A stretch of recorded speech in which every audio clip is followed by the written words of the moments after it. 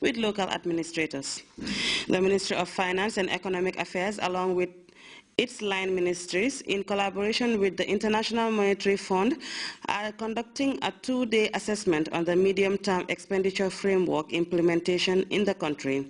Volunteers who helped cultivate farms belonging to the President's mother, Aja Fatu Asombi Bojang, have expressed gratitude to her for the support rendered to the group. This comes following the harvest of a 10-hectare rice field in Jiramba in the Fonyi Kansara district. Aja Asombi Bojang personally met with the volunteers and hailed them for their hard work. The Gambia Armed Forces hereby informs the general public that it would conduct a series of field training exercises for recruit intake 33B at the Lance Corporal Bojang's range in Birkama from Monday, 3rd March to Sunday, 9th March 2014. The general public, especially residents living around the range in Birkama and exercise areas of Salaji, Latria, Jambur, and Jalamba villages, are urged to avoid the designated areas from Monday, 3rd March to Sunday, 9th March 2014.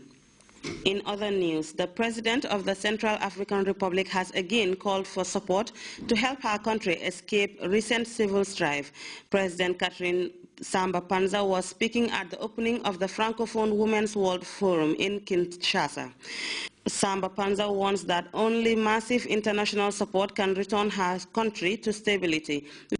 Authorities in China have intensified their search for suspects in the weekend knife attack at a train station. 3 new suspects have been picked by Chinese police, and U.S. President Barack Obama has urged Israel to make tough decisions in order to find peace with the Palestinians. Mr. Obama made these remarks while meeting with the visiting Israeli Prime Minister Benjamin Netanyahu. Tensions remain high in the Crimea as Russian soldiers and Ukrainian troops were reported to have been involved in confrontation at one military base. Meantime, the Russian President Vladimir Putin says the West is to blame for the crisis in Ukraine.